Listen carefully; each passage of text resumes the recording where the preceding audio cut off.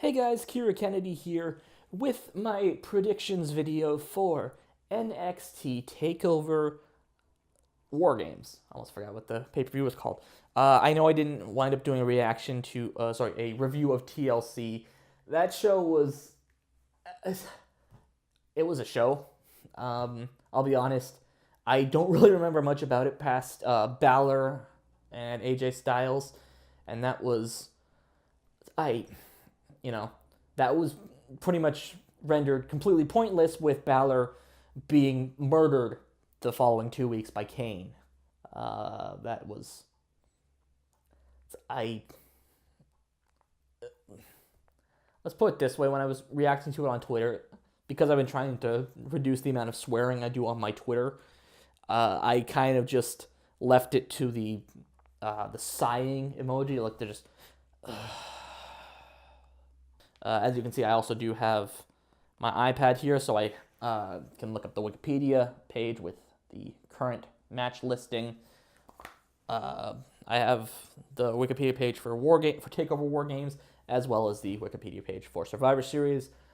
But without any further ado, let's just kind of get moving into my predictions for NXT Takeover War Games, which will take place live from the Toyota Center in Houston, Texas, this Saturday, tomorrow night, actually, as of the day I'm recording this. Tomorrow night, this Saturday, November 18th, 2017, live on the WWE Network. There are 5 matches confirmed for the card. I usually say there are currently 5 matches confirmed for the card, though more may be added. But this is NXT, and as I've mentioned several times, NXT always makes sure they have their card fully announced by the go-home show. Something the main roster could learn a few things from.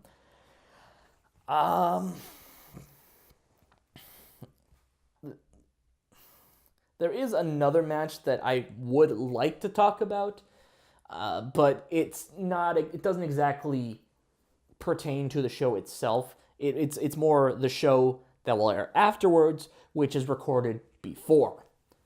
And that is, there is also a WWE NXT United Kingdom title match taking place on the post NXT Takeover War Games show, which features Pete Dunne defending his title against Johnny Gargano. Since it's not on the show, it's not on the actual takeover. I'm not really going to give my predictions on it, though I do think it is going to be a very good match. I wish it had been part of the show, but TakeOver usually likes to keep it to 5 matches in 2 hours, which, it gives the talent more than enough time to get good, solid matches in, and I like that. So I'm not really going to complain about, a TakeOver-worthy match happening on NXT. Anyways, as I mentioned before, there are 5 matches confirmed. We're going to be going, based on the Wikipedia page, from the bottom to the top. So we're going to kick things off with Cassius Ono taking on the, I believe, currently undefeated in singles competition, because his whole gimmick used to be that he beat up his tag team partners every time they lost a match. I think he went through like 6 or 7 tag team partners before he became a singles competitor.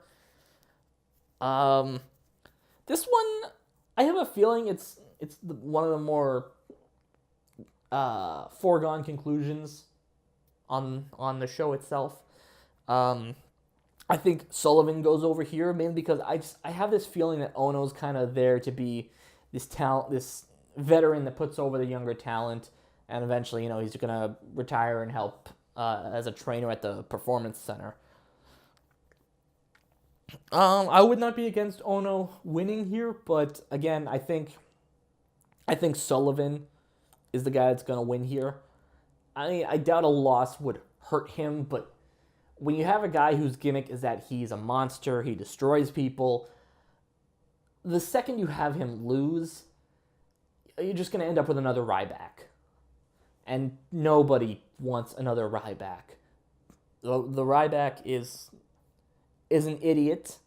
I'm not going to go any further than that, but, he was also, he also kind of went downhill after after his first loss to CM Punk at Hell in a Cell 2012, I think it was. Anyways, back to the match hand. Like I said, Lars Sullivan wins here. Just it seems like the way they be going with that. Even though tends to be a little more logical than the main roster. I'm just gonna leave it at that. And I'm gonna move on to the next match. Alistair Black taking on the Velveteen Dream. And I will say this is a weird kind of thing to build a feud around, because basically, for no particular reason, Velveteen Dream is trying to earn recognition from Alistair Black. I'm kind of indifferent to Velveteen Dream. I mean, he's not a terrible wrestler. He's got an interesting gimmick in the whole, Prince meets Goldust circa 1995 thing. I remember watching his match with Bobby Roode at the NXT live event in Toronto. It was an okay match. I've always been kind of more of a fan of Alistair Black anyways. Originally, when I was getting ready to record this, I was thinking that maybe Velveteen Dream wins here just because the whole feud's been built around recognition. Then I remembered DDP's first feud in WWE when he made the jump from WCW. I can't even say he made the jump from WCW because he only debuted in WWE after Vince McMahon bought WCW. But when Diamond Dallas Page first debuted in WWE, his gimmick had originally started out that he was stalking The Undertaker's, as of now, ex-wife, Sarah. And eventually that kind of shifted into this obsession of becoming famous at the hands of The Undertaker. In the end, DDP got the ever-loving crap kicked out of him and also lost a match to The Undertaker's wife, who was not a wrestler. At least I don't think she was. And that was kind of when it hit me that I think Alistair Black's going over here, which, again, I'm not against that. I really like Alistair Black, actually. I've been a huge fan of his work basically since he debuted at the UK tournament. I know that wasn't his official debut, but he had that match, still wrestling under his wrestling under the name he wrestled under in the Indies, Tommy End. It was a good match. He had a rough start because he had to have a match with Andrade Cien Almas, who I'll get to him later. But I've really enjoyed his matches. I've really enjoyed the intensity. Even his match with Hideo Itami, the one at NXT Takeover Brooklyn 3, as well as the one they had at the NXT live event in Toronto, though it was pretty much note for note the exact same match. I think they're going to keep Alistair Black's undefeated streak kind of alive here, even though the rumor is he's on his way to 205 Live, which, if that's the case, I am not liking that at all. I think if the Cruiserweight division had any semblance of, care put into it, I would be okay with him in the Cruiserweight division. But between the fact that no care goes into the Cruiserweight division, no proper planning goes in, and there's a glass ceiling, there's no room for advancement out of the Cruiserweight division. I think I would rather just see Alistair Black stay in NXT forever than be called up to the Cruiserweight division. The same goes for Hideo Itami, who's also rumored to be on his way to 205 Live along with Rockstar Spud, but nobody takes Rockstar Spud seriously. Anyways, I'm rambling a bit too much. Like I said, before tangent number 634, I think. I think Alistair Black comes out on top here. I wouldn't be against Velveteen Dream coming out on top, but, I just...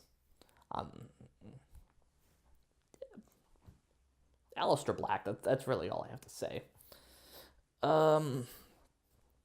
Moving on to the next match, which also brings back what I was saying earlier about Alistair Black's debut match against Andrade Cien Almas. You have the first of two championship matches for the NXT Championship with Drew McIntyre defending his title against, again, Andrade Cien Almas. Being accompanied to the ring, of course, by Zelina Vega, the former Thea Trinidad. I forgot her name for a second there.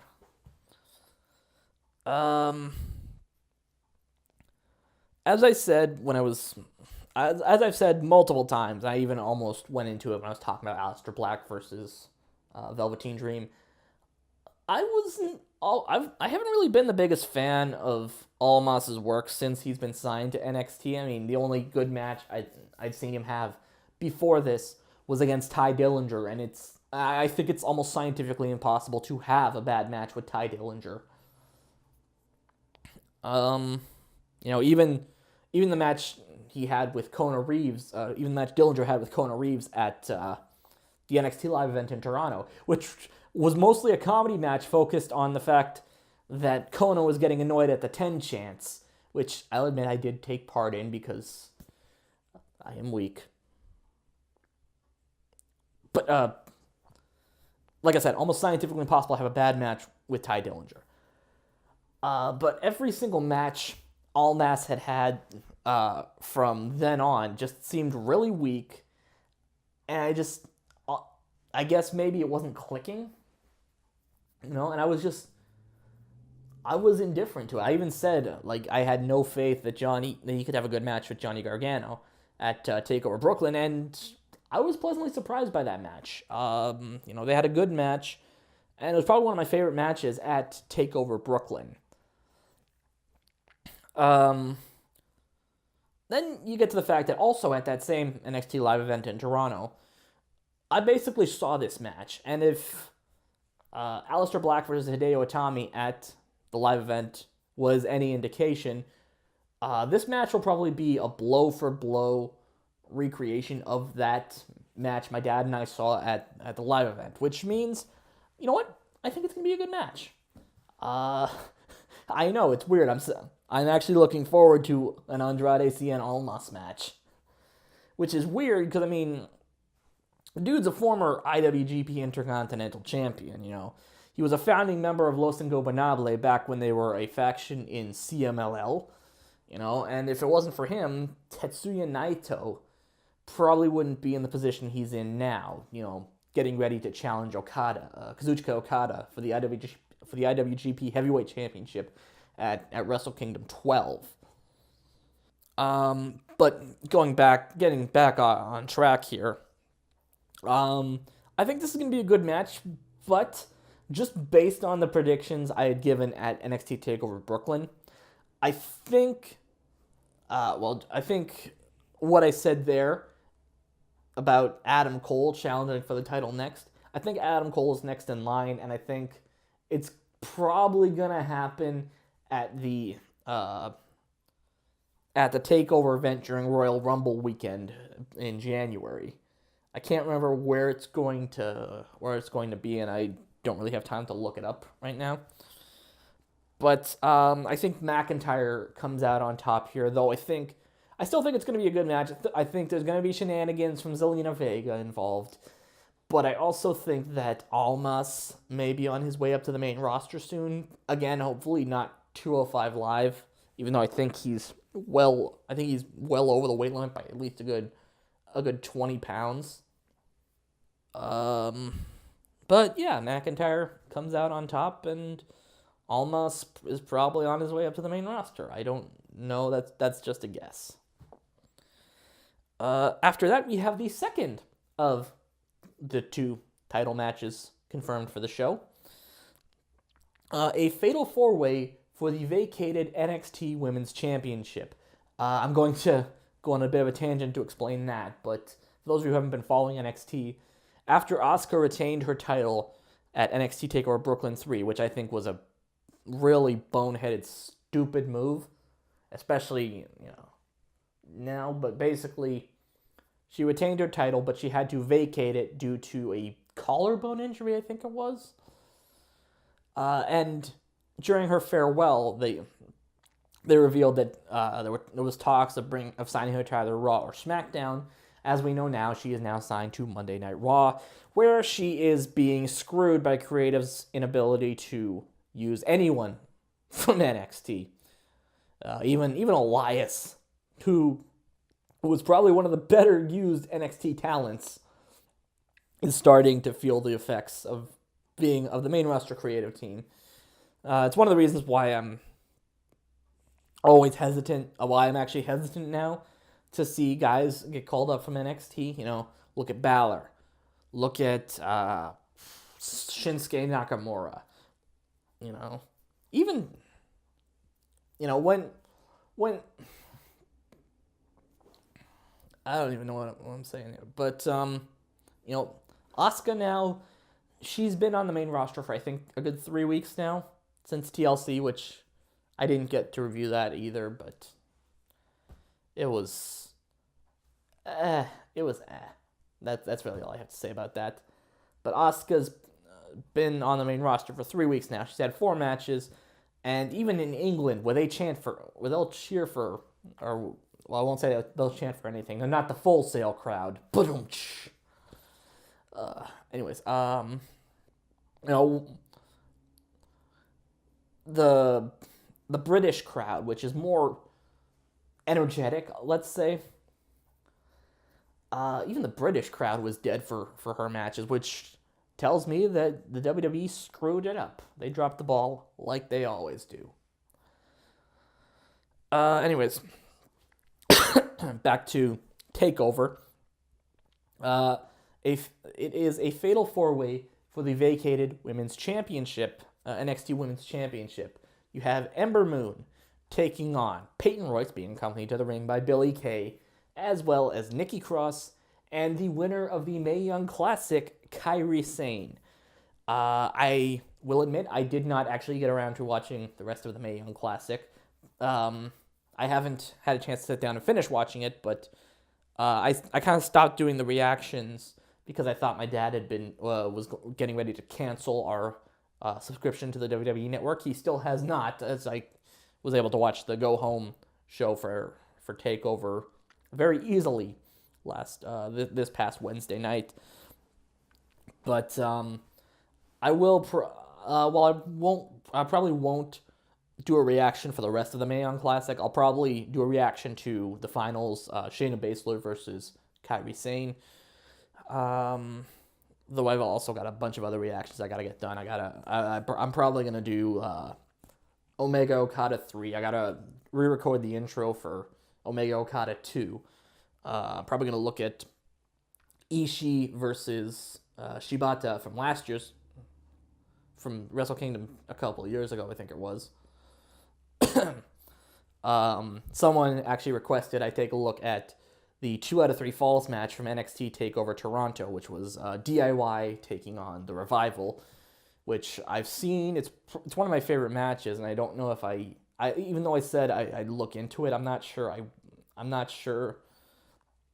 the reaction is going to be as organic, because I did watch that match as it happened. I live tweeted it, and I've sung its praises so many times. But anyways, yeah, Ember Moon, Nikki Cross, Peyton Royce, and Kairi Sane for the NXT Women's Championship. Based on the idea of momentum and, the fact that Kairi was the winner of the Mae Young Classic, I think she's coming out on top here. Though I wouldn't be surprised if they did a swerve and had Peyton Royce win, just because Billie Kay's in her corner. But yeah, I think Kairi Sane is going to win here. Maybe she gets the pin on Royce. I think Royce might be there to take the fall. But let's call that an extra prediction. I think Peyton Royce will be the one that'll be involved with the final fall. But yeah, Kairi Sane wins and becomes the new NXT Women's Champion. So after that long-winded, sort of long-winded, I guess. But after that portion, we come to what's probably going to be the main event of the evening. It's a match the show was named for.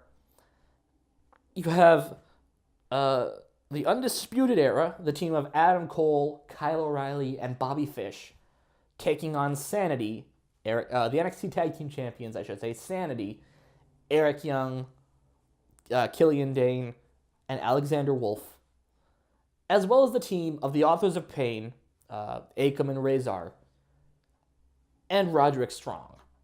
The most random team-up on in this match, but basically, these three will be involved in a War Games match. Now, I actually do have to go to go to Wikipedia just to.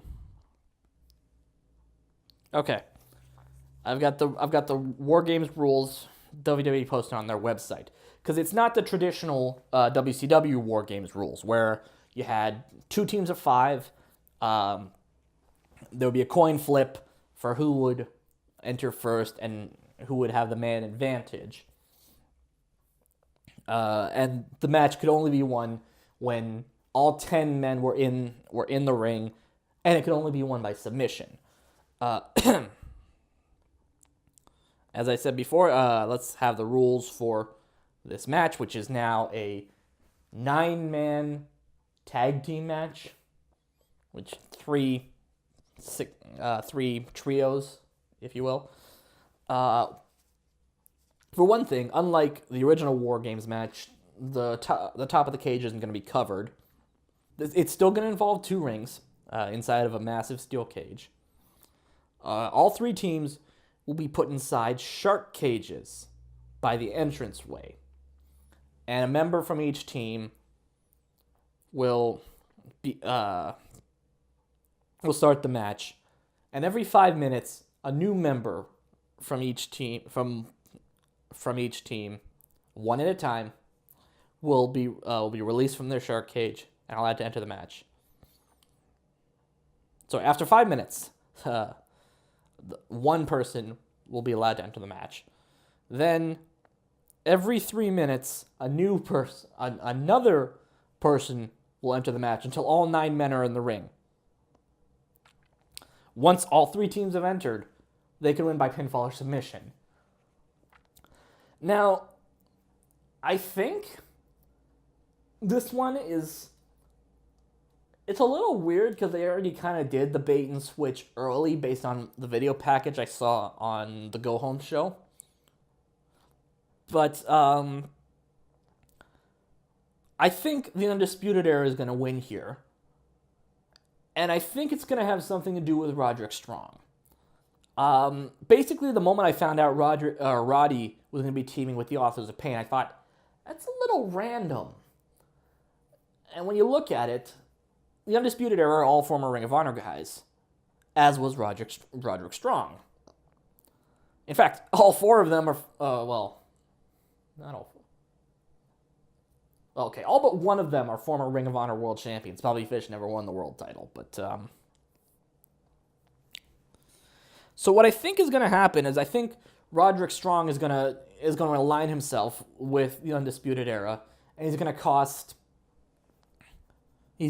his team the match, basically. Or he's going to cost them all a match because it's only 1 pinfall. But he'll probably take out Akam and Razor, and then maybe the Undisputed Era gets the pin on Sanity. I don't know. Maybe Alexander Wolf eats the pin. But I think with the help of Roderick Strong, the Undisputed Era wins, and then Fish and O'Reilly move on to feud with Sanity for the tag team titles, while Adam Cole, Bay, goes to feud with McIntyre to face off at, again, the NXT Takeover event happening Royal Rumble weekend. I don't remember what city it is. If I find out which one it is, I'll put it in the description, or if I don't, you guys can mention it in the comments below. But that's basically it for my predictions for NXT TakeOver War Games. So this is the point in the video where I will turn the conversation over to you. What do you guys think will happen at NXT TakeOver War Games? Sorry, I was about to give it a city title because that's what the last few NXT TakeOvers have been called. But again, what do you guys think will happen at NXT TakeOver War Games?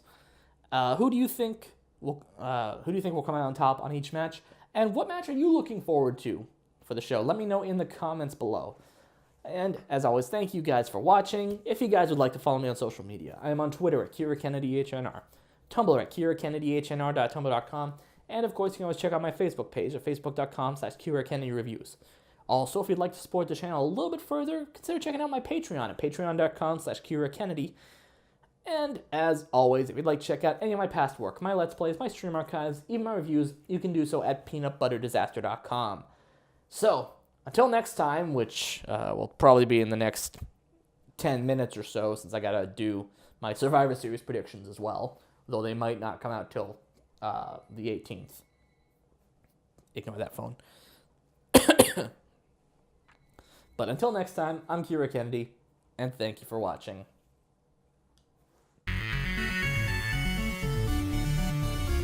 Peanut butter disaster.